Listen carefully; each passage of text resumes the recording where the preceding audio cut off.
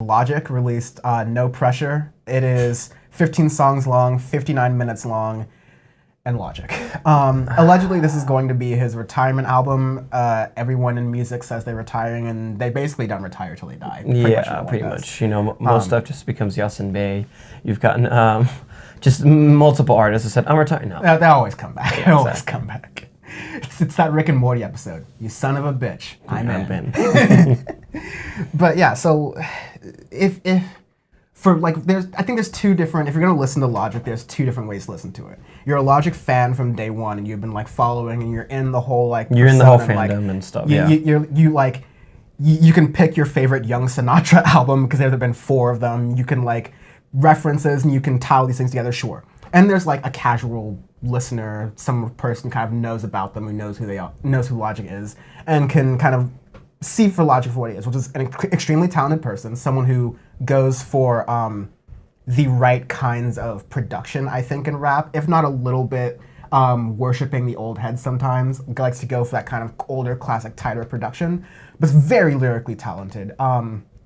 Clowned for being light-skinned, but like very lyrically talented. Like Bobby and Tarantino 1 and 2 are fantastic albums. I've liked both of those a lot. I'll go further and say, like, I think The Incredible True Story is definitely like, if we did like a bonus episode of 50 of the 10s that was like really quickly going through 50 through 100, it would be like it's somewhere in there for upper sure. End of that. Yeah. It's really good. Because we've reviewed Young Sinatra 4 and Confessions of a Dangerous Mind. We did review Bobby Tarantino too. We did do Burnt. Okay, that's right. Yeah. That did come out in 2018. Because Bobby Tarantino 2 we liked a lot. Young Sinatra 4 I was like, oh, okay, you need to stop making music for a little bit. Confessions of a Dangerous Mind, you super need to stop making music because it's becoming very samey in that regard, especially in that album. And No Pressure is this No Pressure is fan service. Is kind of what I'm saying. Yeah. Like, if this is Logic's last album, which I have some reason to believe it. Like, he has a kid, he's gonna take care of the kid and like focus on that. But like, a lot of celebrities have kids. Future's got more kids than you can count or pay child support for, and they still make music. So Drake has a kid. Drake indeed has a kid. Thanks to Pusha T for getting the doctor's records for us. But this is, it's Logic fan service, which means a lot of the references in it. He produced this album with No ID, and No ID worked on under. I think The Incredible True Story, actually. I'm not the greatest Logic head, but worked on a previous Logic album that Logic heads really like. So just hearing that is really happy. And in the production of it, you have... The production is quite good. Yeah. I don't think Logic's production's ever been really bad. It's been one of the better ones. Because a lot of stuff is self-produced, a lot of stuff he has production help with, but it's always this, like... One of the skits was, like, his favorites are RZA and MF Doom and all these others. Like, so he likes the old school jazz loop standard kind of deal. Jazz beat standard.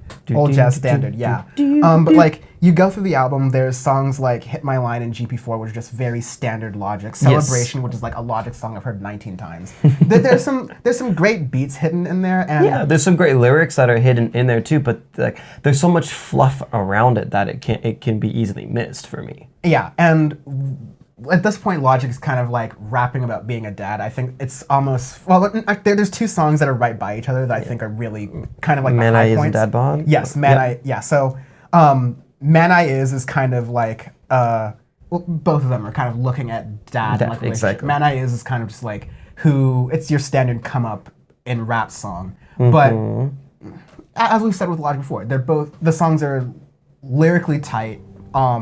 Flows are good. Flow really well. Good. The production's really good. That's the thing, is that like you've been hitting all of the marks about the same since like 2015 and 2016. And you've released like 6 albums after that. And on the one hand, that's a testament to like how good you are. But on the other hand, we're just directly telling you, if you're this good, why is this all we're getting? Yeah. Like, it seems like there could be like, there's so much, and he's influenced by so many artists that are incredibly broad in their great spectrum. influences. Exactly. Like we clown on him for his love of Tory Ma, but like Tory Ma has so many different projects. There is no other rapper who really does that. Yeah, exactly. And there's so much other music that he listens to that he kind of confines himself into this one space of being Logic per se.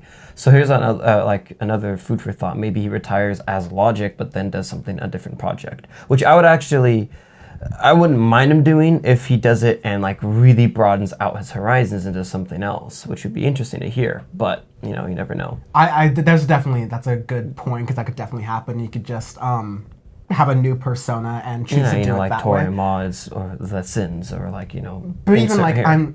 let's make this fun as a logic example. MF Doom had a number of different personas, but he kept those personas kind of going in different parts of his career, revisiting them, going back to them. There were things that were kind of part of his mistake, and so you could tell like as Doom, even when he was doing Victor Vaughn in that like teenager voice when he was in his like early 30s, like he had that range, and he wasn't waiting until he had drawn out the main MF Doom character before expanding on that range. You know what I mean? So like, I think if Logic had it in him to do like he was Psychologic was the original name, and then he went to Logic. So like, if he had it in him to be a new kind of artist, he would have shown us bits of that already.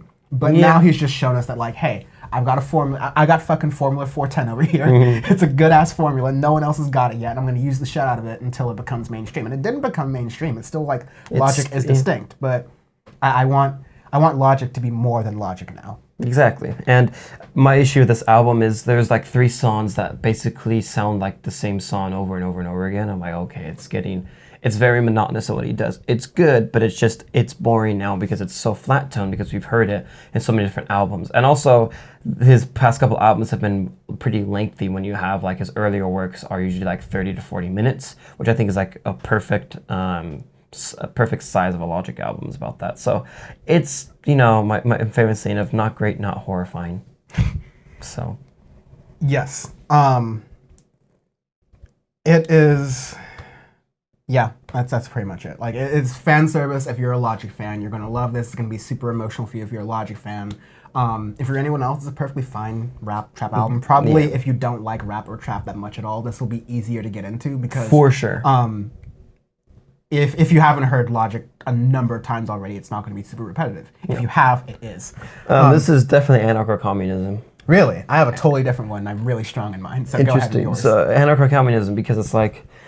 It's good. I've heard it. I've heard the case for anarcho-communism over and over and over again. In some random leftist circles and dudes who are pseudo woke, and it's become monotonous, insane with a lot of people that I've heard. I'm like, okay, I like this. You think you're really cool with it, but you're not. So yeah, it's like anarcho-communists are ironically enough the most egotistical of the anarchists. Oh, 100%, yeah. They're like, oh, are you really? And a lot of them, the funniest part, a lot of them are uber wealthy too. The professional middle class strikes again. Exactly. I'm going to go with anarcho-primitivism. Ooh, all right. It's basically the belief that mankind's progress was a mistake. Yes. Moving on from being a hunter-gatherer society is where we went wrong, and we all need to go back to our basics and beginnings, much like Logic is about to go and be a father and go back to his roots and everything. Much like I think Logic needs to not go back to his roots, definitely not, but like rethink how he grew, because he grew in this trajectory and made this formula. But he should go back and just like maybe to kind of put a like bow tie on your earlier like food for thought thing. Maybe if he goes back to like who he is as an artist and deconstructs all that, and then instead of coming back as a Logic, he grows into something that maybe is closer to his real primitive hunter-gatherer kind of. All right, Alex Jones. Kind of persona, then he can come out and make music truly reborn. He was on track for going to the moon, but he got stuck in low Earth orbit. Shoot for the moon, aim for the stars. But definitely got stuck on Earth.